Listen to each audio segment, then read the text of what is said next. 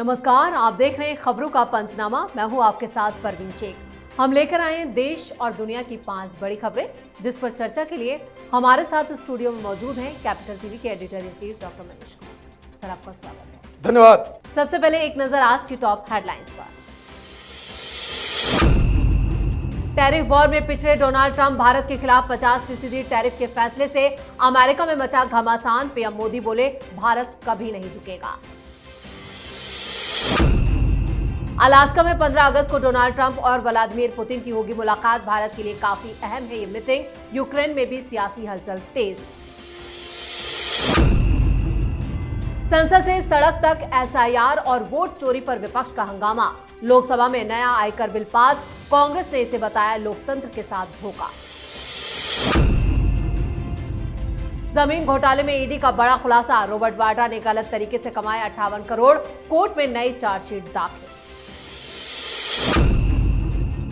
परमाणु ब्लैकमेल के आगे नहीं झुकेगा भारत। असीम मुनीर की धमकियों पर सख्त संदेश। यूएस को भी सुनाई खरी खोटी। खबरों में सबसे पहले बात ट्रंप की। डोनाल्ड ट्रंप भारत को कभी टैरिफ किंग कहते हैं तो कभी भारत की इकोनॉमी को डेड बताते हैं। भारत के खिलाफ 50% टैरिफ के ऐलान के बाद से ही अमेरिका में भी घमासान मचा है, क्योंकि भारत में मैकडॉनल्ड्स और कोको कोला से लेकर अमेजोन और एप्पल तक कई बड़ी कंपनियों का कारोबार फैला है। आज भारत अमेरिका का सबसे बड़ा ट्रेडिंग पार्टनर भी है। ऐसे में अगर भारत बदला लेने पर उतर आया तो अमेरिका को लेने के देने पड़ जाएंगे, जिसको लेकर ट्रंप का अमेरिका में विरोध शुरू हो गया है। इधर पीएम मोदी ने साफ कह दिया है कि भारत झुकने वाला नहीं है। पीएम मोदी की चीन यात्रा से भी ट्रंप डर गए हैं, जिससे उनके ऊपर टैरिफ के फैसले को वापस लेने का दबाव काफी बढ़ चुका है और ट्रंप अपने ही खेल में फंसते नजर आ रहे हैं। अमेरिका से जो खबरें आ रही हैं वो ट्रंप के लिए अच्छी नहीं है। देखिए, अमेरिका में कई स्तर पे विरोध हो रहा है। एक तो ये पूरा का पूरा मामला अमेरिका के कोर्ट्स में चला जा चुका है, कि जिसमें लोअर कोर्ट्स ने ऑलरेडी एक वर्डिक्ट दे रखी है कि डोनाल्ड ट्रंप ने जो फैसला लिया है वो अनकॉन्स्टिट्यूशनल, ये अधिकार ही नहीं उनको लेने का। तो एक मसला वो है। दूसरा मसला कि वहाँ पे तमाम जो थिंक टैंक, जो पुराने लोग हैं, जो एनएसए रह चुके हैं, जो विदेश नीति को जानते समझते हैं, मीडिया, सोशल मीडिया पे डोनाल्ड ट्रंप की फजीहत हो रही है। उसका कारण सबसे बड़ा ये है कि अगर आप टैरिफ लगाते हैं तो किसी भी देश के खिलाफ अगर आप टैरिफ लगाते हैं तो पैसे वो देश नहीं चुकता करता, माल उसके महंगे हो जाते हैं, लेकिन अंततोगत्वा पैसा अमेरिकन जनता को ही देना पड़ेगा। किल्लत होगी, महंगाई बढ़ेगी और अभी से ही इस तरह की चीजें होनी शुरू हो गई है। डोनाल्ड ट्रंप ने भारत पे जो लगाया टैक्स, उनको लगा कि प्रधानमंत्री मोदी को वो डरा देंगे। He was acting like a bully. कहा था कि 8 घंटे के अंदर हम और भी प्रतिबंध लगाएंगे। 72 घंटे हो गए, डोनाल्ड ट्रंप चुप है, मुंह से आवाज नहीं निकली है, कुछ वो बोल नहीं पा रहे हैं। क्यों नहीं बोल पा रहे हैं? क्योंकि भारत ने साफ कर दिया है कि आपके इस बुलिंग टैक्टिक्स से, आपकी गिदड़ भभकियों से, आपकी चेतावनी से भारत जरा सा भी हिलने डुलने वाला नहीं है।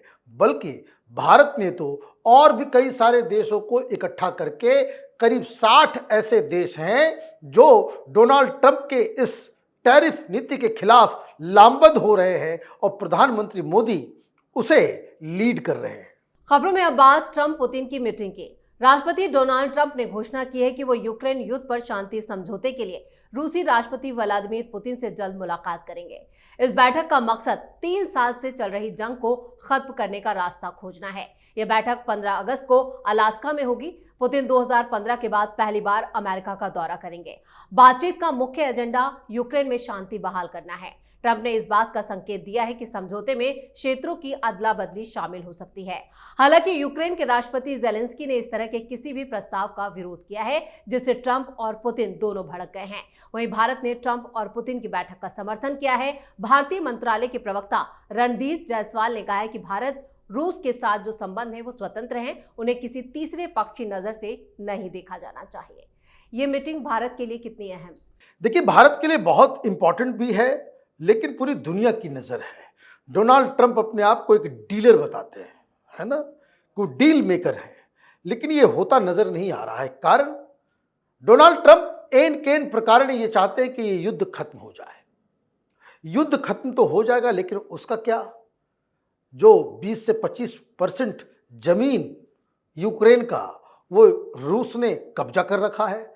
क्या रूस की सेना वापस जाएगी? युद्ध विराम होगा, तोपें बंद होगी, हमले बंद होंगे, लेकिन इस पे कोई जिक्र नहीं हो रहा, चर्चा नहीं हो रही कि ये जो 25% इलाका रूस ने जो कब्जा कर लिया है, क्या वहां से वो वापस जाएंगे? तो यहां मसला फंसा हुआ है।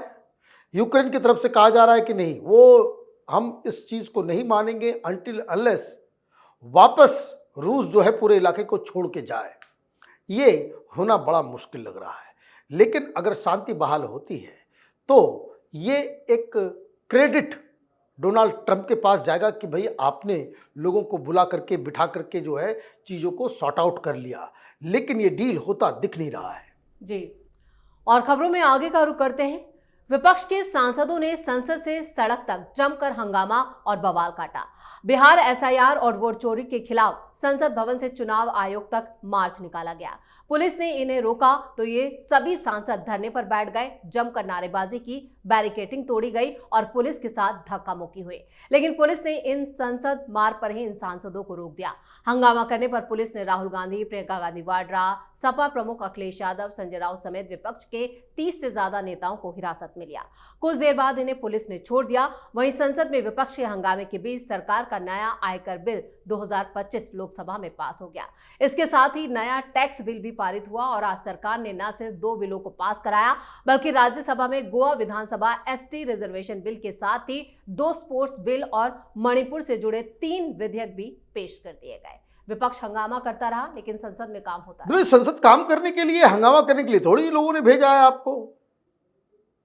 आपको तो वहां जनता की आवाज उठाने, कानून बनाने के लिए ये आपका दायित्व है। ये तमाशा करने के लिए थोड़ी है कि आप सड़क पे आकर के आप आंदोलन करें। पूरी दुनिया में लोग सड़कों पे आंदोलन करते हैं कि ताकि वो राजनीति कर सकें और संसद पहुंचे। संसद से बड़ा प्लेटफॉर्म कुछ नहीं होता।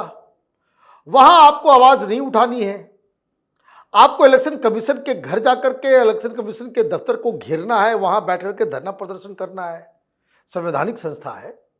कल तो अगर आपने ये ट्रेंड शुरू कर दिया तो कल सुप्रीम कोर्ट से कोई फैसला आपके पक्ष में नहीं आया तो आप सुप्रीम कोर्ट का घेराव करेंगे। अब बस यही रह गया है। राहुल गांधी के पास न तर्क है, न उनको कानून का कोई मर्यादा रखना आता है।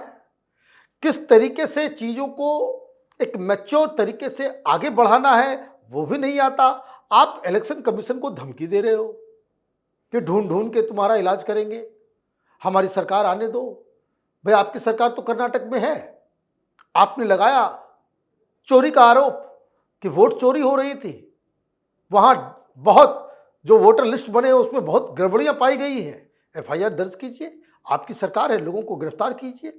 जिन लोगों ने ये काम किया है उनको पनिश करना शुरू कीजिए। वो तो आपके अख्तियार में है, वो आपके कैपेसिटी के अंदर है, आपको ये काम करना चाहिए, आपको वो नहीं करना है। आपको सिर्फ और हिंदुस्तान की डेमोक्रेसी, हिंदुस्तान के इलेक्टोरल प्रोसेस को पूरी दुनिया में बदनाम करना है, वो भी इसलिए क्योंकि गिरफ्तारी के तलवार इनके जीजा जी पे लटक रही है, इनके ऊपर भी लटक रही है। सही कहा आपने। और खबरों में आगे बढ़ते हैं, बात अगली खबर की।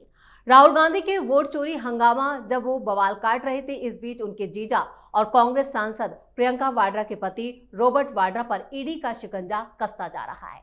जमीन घोटाले में ईडी ने नई चार्जशीट कोर्ट में दाखिल कर दी, जिसमें पहली बार कई चौंकाने वाले खुलासे हुए।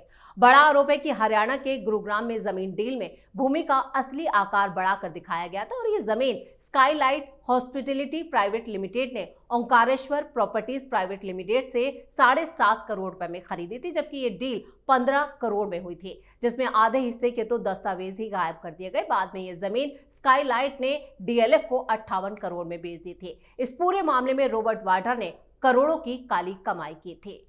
जिस तरह से रॉबर्ट वाड्रा पर शिकंजा कस रहा है, कभी भी गिरफ्तारी हो सकती है। देखिए, गिरफ्तारी ये ओपन एंड शट केस है। आपने एक जमीन ली, रॉबर्ट वाड्रा ने एक जमीन ली, पेमेंट कभी किया ही नहीं। जो आपने चेक दिया उस बैंक अकाउंट से दिया कि जिसमें 1 लाख रुपए थे और आपने 7.5 करोड़ रुपए का चेक जो है आपने दे दिया। जमीन अपने नाम कर लिया, अपनी कंपनी के नाम कर लिया, पैसे है नहीं, पेमेंट हुआ नहीं। जिसने जमीन बेची उस चेक को लेकर के कभी बैंक गया ही नहीं। फिर आपने क्या किया?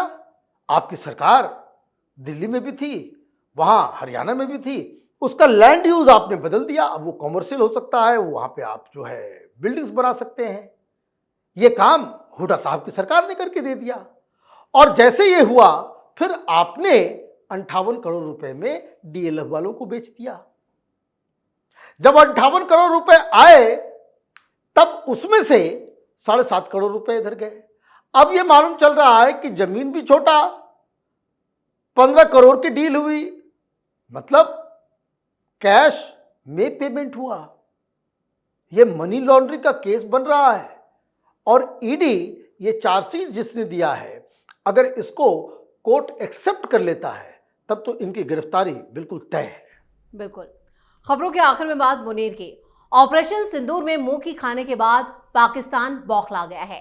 ट्रंप की गोद में बैठे असीम मुनीर ने भारत को परमाणु अटैक की धमकी दी। मुनीर ने कहा कि हम एक परमाणु राष्ट्र हैं, अगर हमें लगा कि हम हार रहे हैं तो हम आधी दुनिया को साथ लेकर डूबेंगे। यह अपनी तरह का पहला मामला है जब किसी देश के सेना प्रमुख ने अमेरिकी धरती से किसी तीसरे देश के खिलाफ परमाणु धमकी दी हो। इतना ही नहीं, सिंधु नदी का जल रोकने के मामले में भी मुनीर ने भारत पर निशाना साधा।